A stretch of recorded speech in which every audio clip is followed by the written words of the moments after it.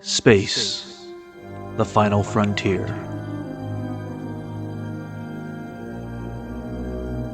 Join us for a bold conversation. Our prime directive? To recap our favorite Star Trek shows, both new and old. To engage in debate about all things Trek.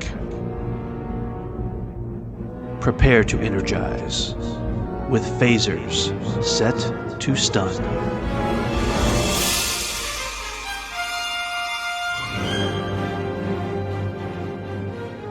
Hello everyone and welcome back to another episode of Phasers Set to Stun, where we continue to show our love for everything Star Trek in this ongoing series from a Film by Podcast, which focuses on every quadrant of the expanding universe of Trek by covering television, animation, movies, directors, and much more.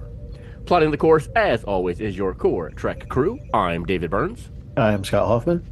And I'm Wayne Whited. All right, gentlemen, welcome back to another episode. We're going to discuss Lower Decks.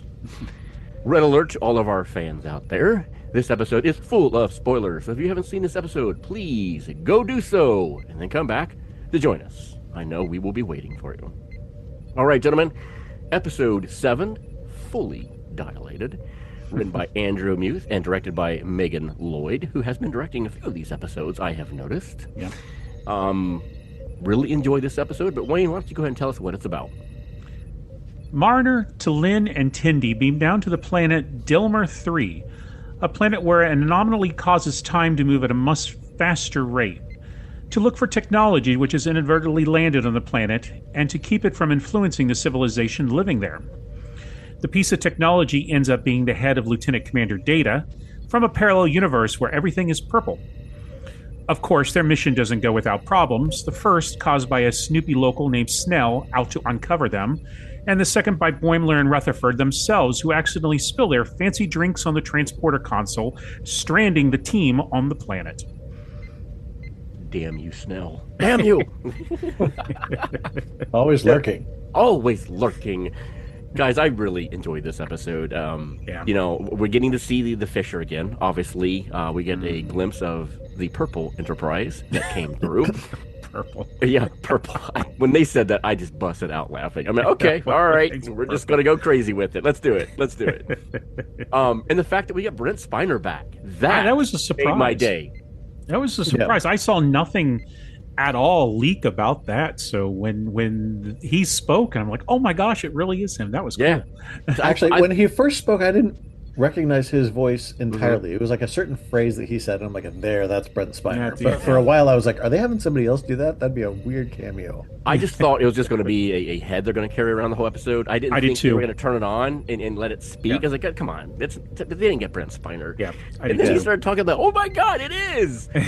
Well, the weird thing about the Purple Enterprise, for some reason, it made me think of the NES graphics. So, like in the Friday the 13th video game, Jason Voorhees is like a blue or a purple or something like that. Oh yeah, that's what I thought they were kind of playing with a little bit there. But yeah, a universe where everything is purple, and we get Data's severed head yet again. There's got to be something with that guy loses his head so much. It really does. Yeah, the Soong blueprints need to have some kind of like a secure thing on the necks or something. But I was kind of wondering where the rest of his body is. Are they implying that it was on the ship destroyed in the shuttle? Yeah, I think so. Yeah. Okay. It didn't seem like, I didn't know if it was like a clean cut, like the Times Arrow kind of thing, or if it was something where it had been removed by somebody, and that would make sense. Just like take his head down to the surface, but must have popped right off. Yeah, I'm sure. Right, exactly. He needs to fasten it down tighter. He's like a Lego. He just comes apart so easy. It's like a grape. It just pops right off. Yeah. Okay. Sure. Whatever. No, there's some good things in this episode. I'm telling you, when Rutherford and Boimler spilled their drink on there, and then I'm like, here we go again. Boimler has to take his shirt off. Have you noticed that's happened several times this season? Yeah. He's going to take his shirt off. And then the whole fact, okay, last episode he got a lightning bolt in the ass. This time he has to lick this counter. Oh, I know. Why they lick everything this season? That's just gross. Come on, guys. I don't know what that. It's a theme, I guess. Wayne. Nobody touches that. Yeah. Yeah. Well, they even made the comment that somebody didn't ever wash their hands, and they got to lick it anyway. Yeah. You Yeah. know, it tastes like his hands. Yeah. Here's the thing that confuses me. I mean, their transporter consoles, I'm assuming, are kind of like the next generations, which are just like the clear plastic. So why don't they just get some Windex and a rag out rather than go nuts with their uniforms and everything? I don't know. Yeah. And what they say, their uniforms wasn't absorbing it, and that's why they had to start licking it. Yeah.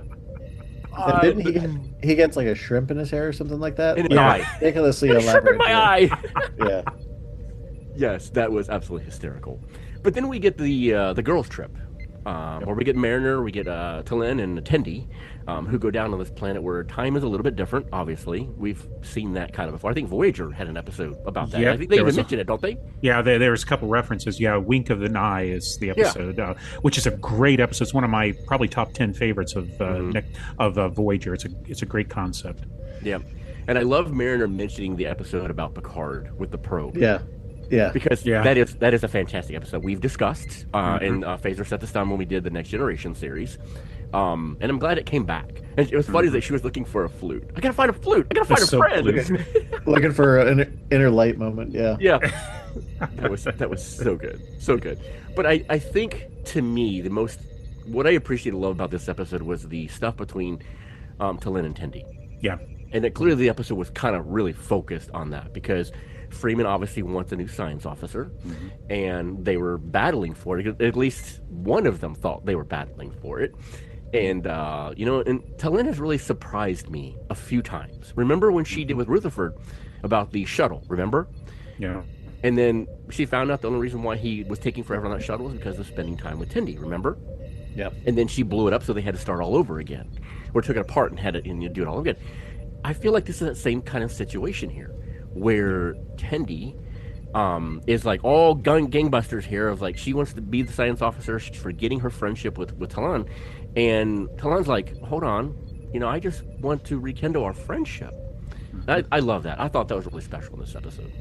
Yeah, I agree. They're becoming quite a two-act for the series, which surprised me. I mean, they're the breakaway characters, in my opinion, this season. They've had so much to do, and Talin, she's part of the Lower Decks crew now, definitely. They should put her with the rest of the main cast, because she deserves it. Yeah, I completely. Well, and they definitely get that across when they basically choose both of them to be the science officer on the bridge. Which goes back to the core of Lower Decks is relationships, right? Yep.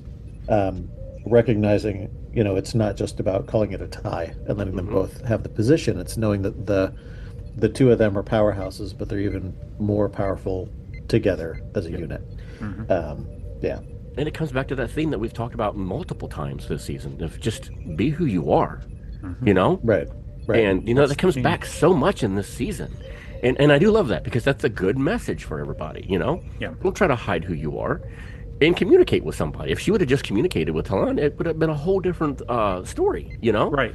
But when they did come together and work as a team, they really solved the problems there on the planet. I mean, Mariner, she was the problem. She just everything was for her. But when the two of them finally decided to work together, they were able to come up with a ingenious solution to get out of the problems they were having. So they both deserve the position of that senior science officer. They both deserve it together.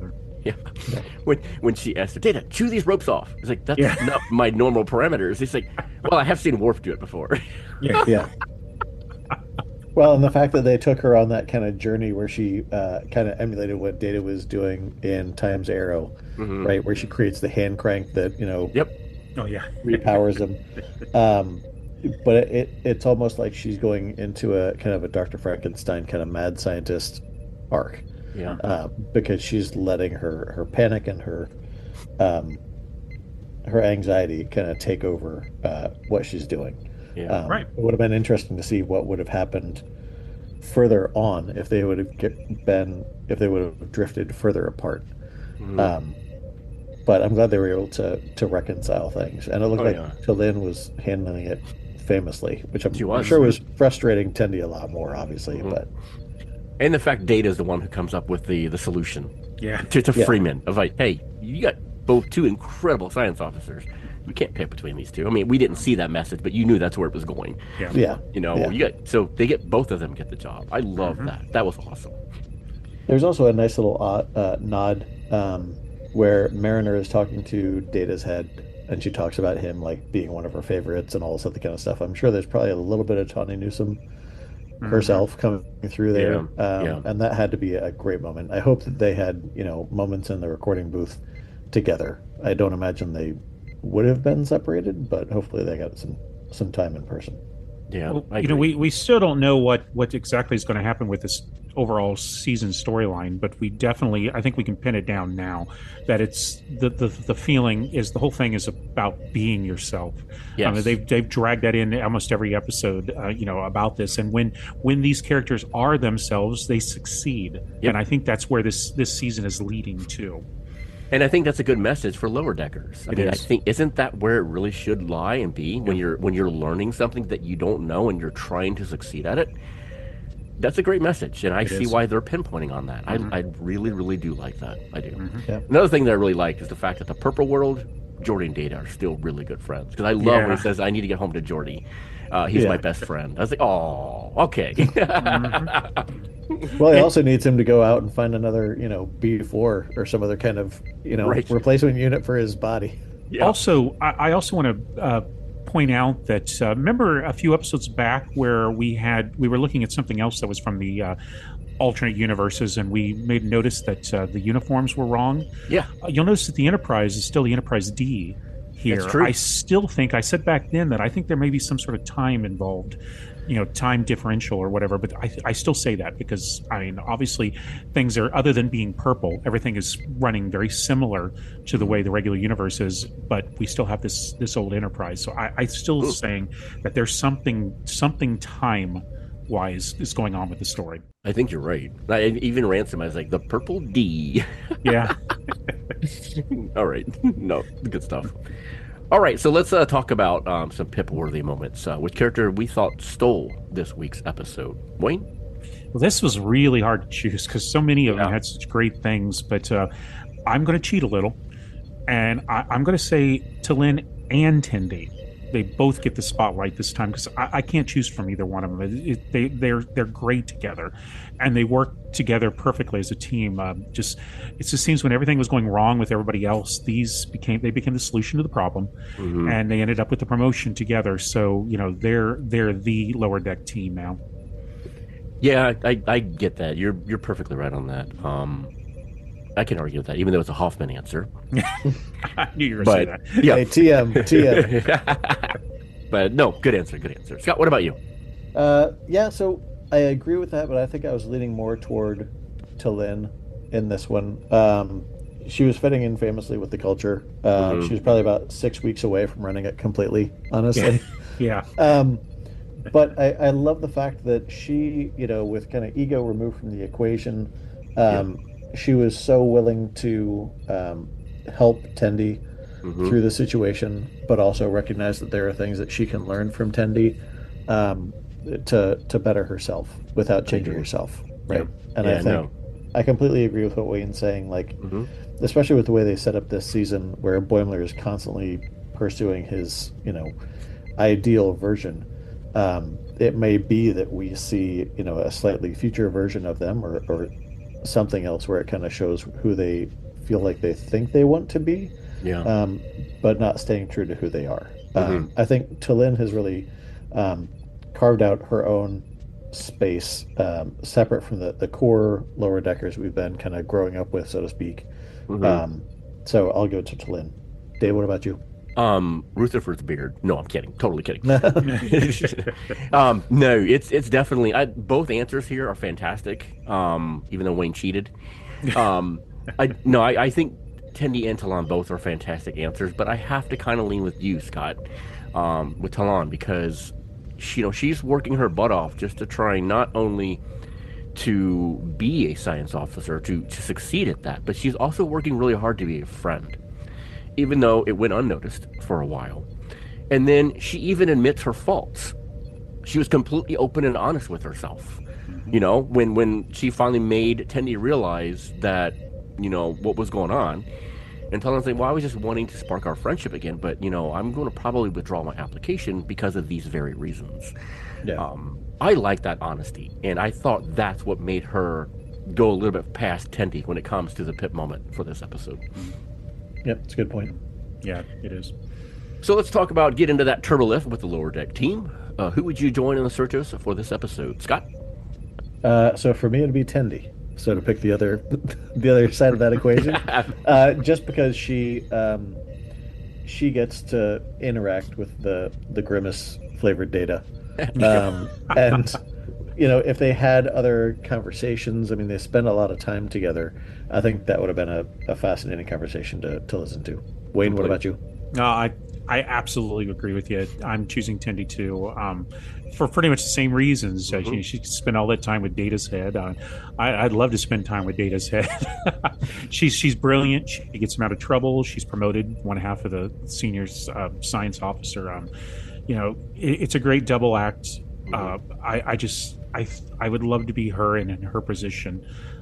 She just came out top of everybody else. Yeah. My answer is Tendi as well. We're going to go do the trifecta here. It can't be argued because, first off, the same reason, she gets to work with Data. Every one of us on this podcast and our listeners would love to work with Data no matter what.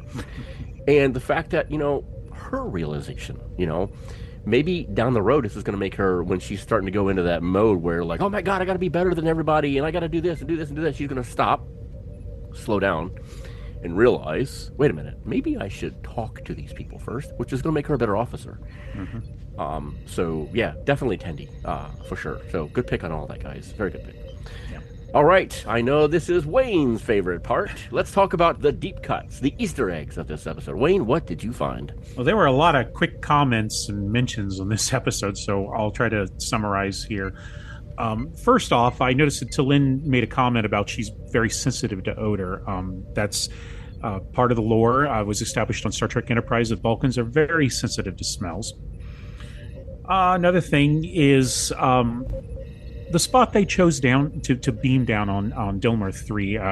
That looks a lot like Vasquez Rocks out in California because so many scenes were filmed there from all the different Star Trek series. I'm pretty sure that I know that's what they were leading towards.